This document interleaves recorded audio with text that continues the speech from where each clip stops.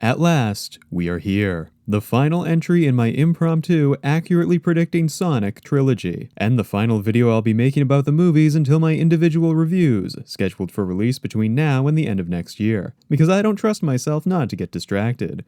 While more Sonic videos are on their way, don't you fucking worry.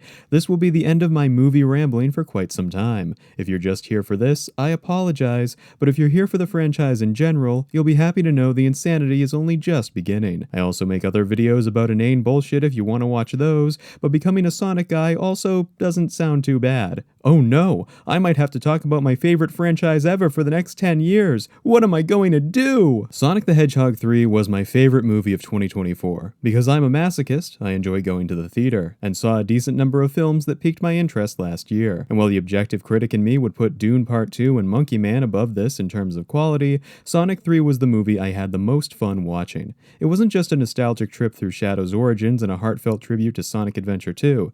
It was a genuinely good movie with plenty of thematically beautiful story beats, hilarious moments from Jim Carrey's Robotniks, and an overall nice vibe. It helped the crowd I saw it in was hyped as shit for it, screaming with delight at all of the big moments. Shout out to that one kid in the back who laughed at literally everything Robotnik said. This one's for you, buddy. As of writing, I've only seen Sonic 3 once, so it will take a few more viewings before my words can fully encapsulate just how much I love this movie. But all I needed was one screening to figure out what's going to happen in Sonic 4. Right around the time Sonic 3 came out, Paramount announced the next installment, scheduled for release in spring 2027. This roughly equates to how long the wait was between the first and second film, maybe longer by a month or two. But, despite the shorter time between, the newest film delivered the greatest post-credits scene to ever tease a new installment of anything ever. If it, wasn't obvious from the title already, spoilers for Sonic 3, and potential spoilers for the fourth movie, since I'm pretty sure I know what they're doing. So, to lay it all out for your memory, because you aren't watching this before seeing Sonic 3, are you, motherfucker? The post-credits begins with Sonic's speedtism getting him from Montana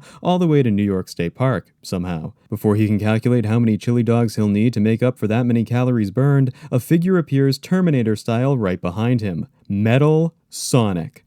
Metal Sonic. Metal Sonic! He's finally here! Fuck yeah! Yes! Yes! Yes! Metal Sonic! Fuck yeah! Oh, let's go! As I was screaming, Metal attempted to turn Sonic into fried rat. However, he was too slow, something Sonic gloated about before a holy fuckload of Metal Sonic suddenly showed up and surrounded him. At this point, I am hyperventilating so hard the guy next to me is giving me the side eye, wondering if he should call paramedics. And then, I died. The Pico Pico hammer flies through the sky like fucking Mjolnir, and Amy Rose drops from the sky in a brown hood. I always wanted her to show up like that, so you can imagine my screech of joy and hand flailing after the chest compressions brought me back to life. The Sonic movies really know how to hype up the next installment, even when the movie itself is already a masterpiece. Now, what does it all mean? Well, obviously, we're going into Sonic CD territory, with Amy and Metal at the forefront. But this multiple Metal Sonics thing isn't something the games have ever really explored. Sure, there have been multiple instances of the character across the series, shout out to Metal Sonic Kai, one of my favorites, but it's always one at a time. There hasn't ever been a time in the games where a multitude of Metal Sonics have colluded to take down his biological other. But, like I said, not in the games. The comics, on the other hand, are an entirely different story. Behold, the Brotherhood of Metallics, with an X, because cool factor. This group of Metal Sonics comes from Fleetway's Sonic the Comic, best known for its take on Super Sonic, which is actually the title character's deranged, psychopathic alter ego. Yeah, remember at the end of the second movie when Knuckles said Sonic was different now because of the Chaos Emerald's energy?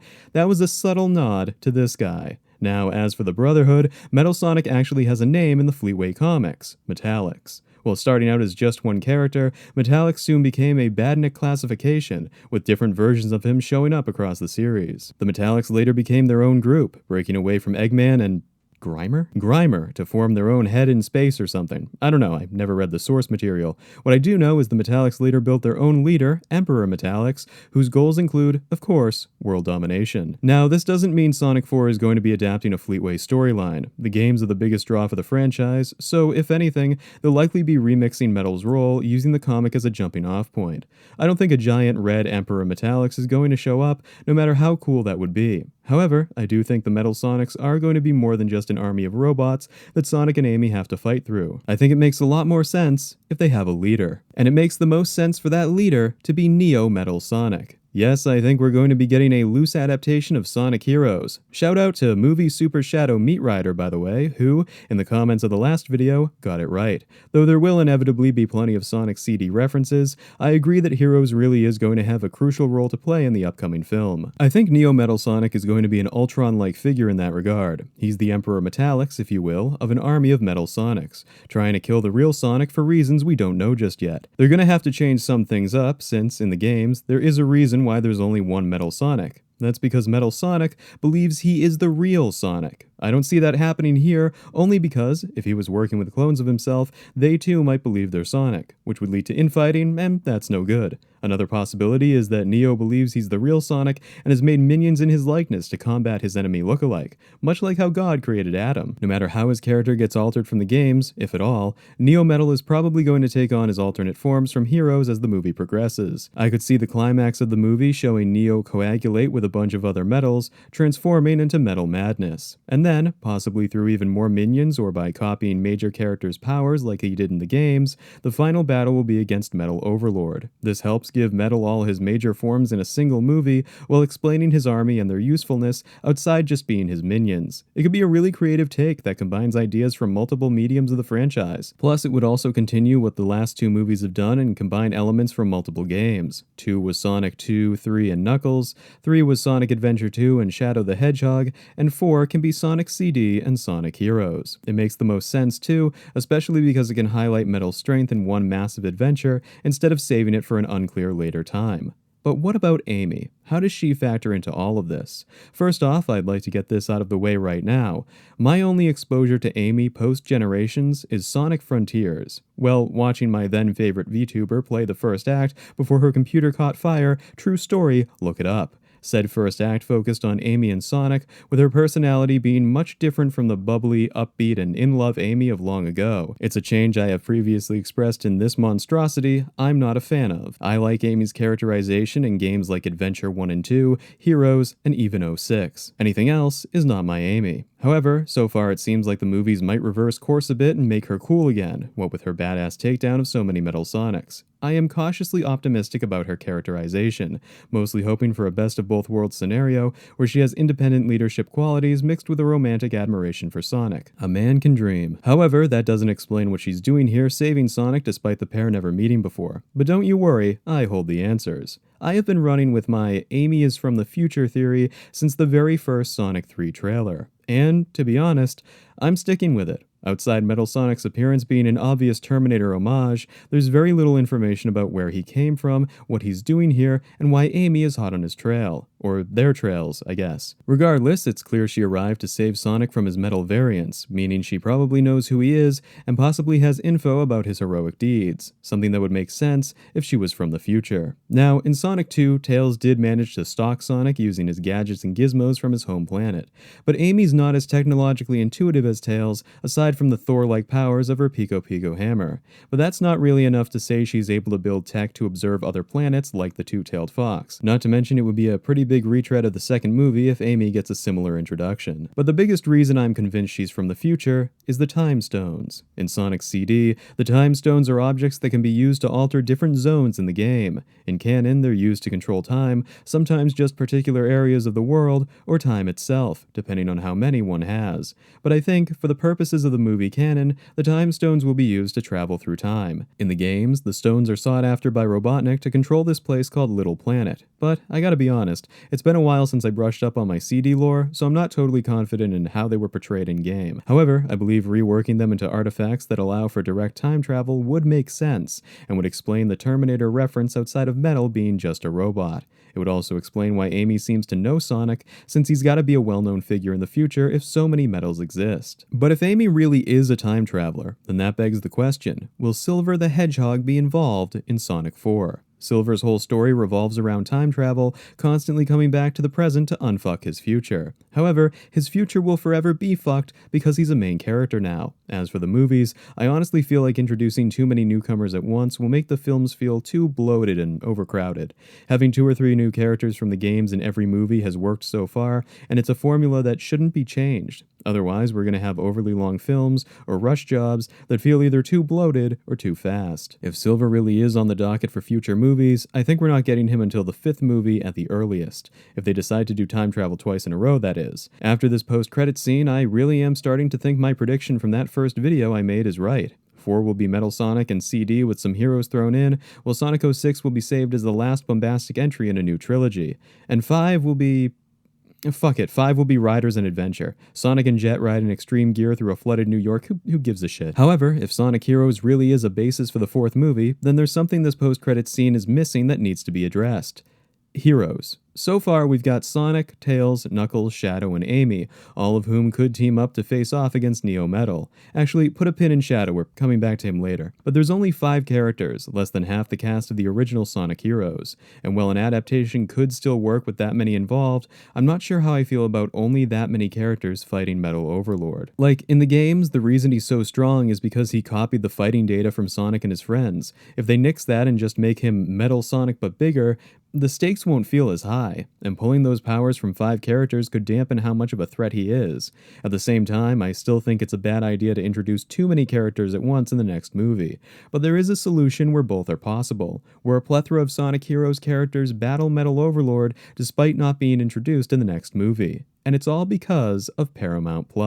I was shamefully wrong about Kristen Ritter being Rouge the Bat, something I shall seppuku for after this video. However, I don't think this means Knuckles Season 2 isn't going to happen. I might be huffing so much copium my lungs are on the verge of exploding, but I don't care because I want to be right. Like I said in my previous video, the Chaotix are celebrating their 30th anniversary next year, and due to Sega's brand synergy with Year of Shadow 2024, it would make sense for Paramount to take advantage of the timing, specifically to bolster their starting to become profitable streaming service with another record-breaking Sonic show, and it makes the most sense for that show to pull inspiration from Knuckles Chaotix. In addition to my schizotistic theory that Knuckles Season 2 is secretly in pre-production, I will maintain my belief that Rouge is going to show up, that she's going to catch wind of the Master Emerald and try stealing it for herself. I'm not too sure of the conflict outside that, and it might just be some detective-inspired comedy where everyone's friends at the end. But that's still the direction I can see Knuckles Season 2 heading in. That way, both the Chaotix and Rouge have been established before Sonic 4,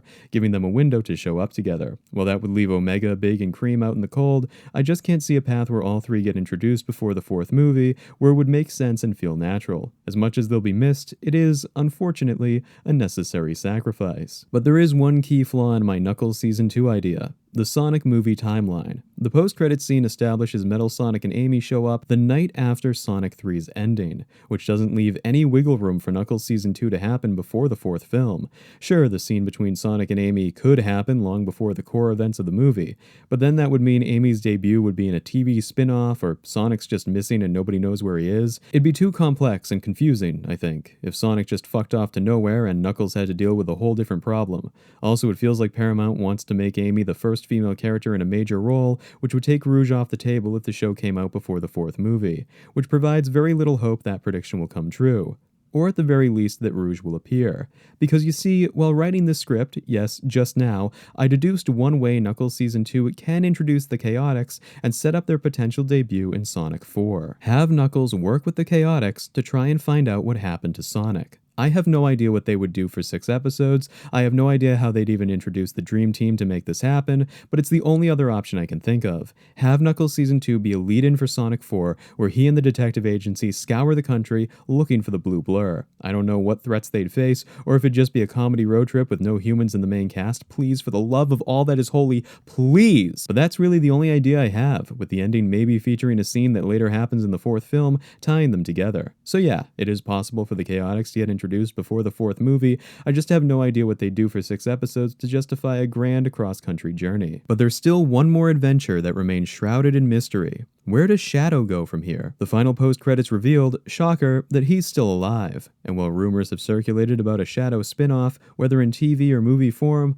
I also feel like it'd be weird not to bring him back in the fourth main installment. I mean, beyond Eggman, who we'll get to soon, Keanu Reeves' performance as Shadow was one of the most critically praised aspects of the third movie. It would be asinine not to bring him back, especially for a team-up that lasts more than 10 minutes. It doesn't mean he needs to be on Team Sonic forever, since he's definitely the type to go off and do his own thing. Maybe learn more about his spatial origins or meet Black Doom in his own solo movie. But it also feels like, if Jim Carrey doesn't come back, they need a big name to draw regular crowds in. And Reeves as Shadow has, I think, proven popular enough to be that new hook. As for how he shows up again, I think Knuckles and the Chaotix running into him on the road could be kind of cool. Maybe we get a little bit of that Shadow Knuckles pitch Idris Elba made in the process. That way, if they decide to do a Shadow movie, it can happen after Sonic 4 without having to wait 5 fucking years before he comes back. Because yes, I do think Sonic 3 will be successful enough to warrant a smaller budget Shadow film, and I think with Sonic 4 already teased with a release window, it's not going to be rushed out beforehand. Plus, I just want more Shadow, he was perfect, and having him in 2 more projects before his inevitable solo outing wouldn't really bother me. However, the biggest question is one I am, unfortunately, not sure about. And that's whether Jim Carrey will return as Dr. Eggman. His ending reformation seemed like a perfect send-off to his character, having saved the world because he wasn't able to rule it, and also because he values Agent Stone as his friend. While it's possible Shadow saved him, I'm not sure if he's really the one behind Metal Sonic. I know it makes more sense if he is, but it feels like it might negate such a final send-off if they do bring him back. I liked his final scene, it made me tear up, and if he comes back, as cool as it would be, it dampened that scene on rewatch. I don't know, I guess it all depends on how confident the series is that it can move on from Carrey's performance, especially when a lot of normal cattle critics still think he's the best part of the movies. So, while I'd like to see something more creative that I honestly can't come up with myself, it's also very possible he used Sonic's quill to make metal and he went rogue. Tying in the quill theory I posited long ago and Hero's storyline of Neo betraying Eggman to get stronger. Yeah, that makes the most sense. But still, the preservation of Carrey's final scene in 3 remains cemented in my mind, and I hope it does so for the rest of the movie's history. Ah, fuck it, I know better. Eggman survived and he wanted revenge, but he fucked up. Oops! So, in essence, I think Sonic 4 will be about Neo Metal Sonic sending Terminators through time to kill Sonic, only for Amy to show up and tell him what's going on. Knuckles and gang will meet up with him, and they'll either end up in the future or battling a Neo Metal who came back to the past. Somehow this ties into the Time Stones and Eggman, and yeah, I'm just bullshitting. I honestly don't know what the plot of the movie is going to be. All I really know is the elements surrounding it, with Metal likely trying to become stronger in order to defeat Sonic. I'm not sure what his grand machinations are, other than he wants to win. But that's totally understandable and relatable, so even if they're no more than that, I'd still be on board. No matter what though, I think Sonic 4 is going to be fantastic, and hearing Stardust Speedway Bad Future and What I'm Made Of in the same film is gonna be fucking hype. And I honestly feel like the post-credits did a lot to alleviate any fears about where the series will go after Shadow. While he's a hugely popular character that could feel like the series blowing its load early, I think the creative team have a genuine passion for the whole series, which will extend into anything they do next. I'm looking forward to seeing where Sonic 4 goes, and what else Paramount has planned for what could be a really solid, middle-performing franchise. I think there's a lot of juice left, and I'm excited to see how Amy and Metal Sonic's arrival is going to go down. Here's to even more Sonic movies in the future, and bright times ahead for the Blue Blur and his friends.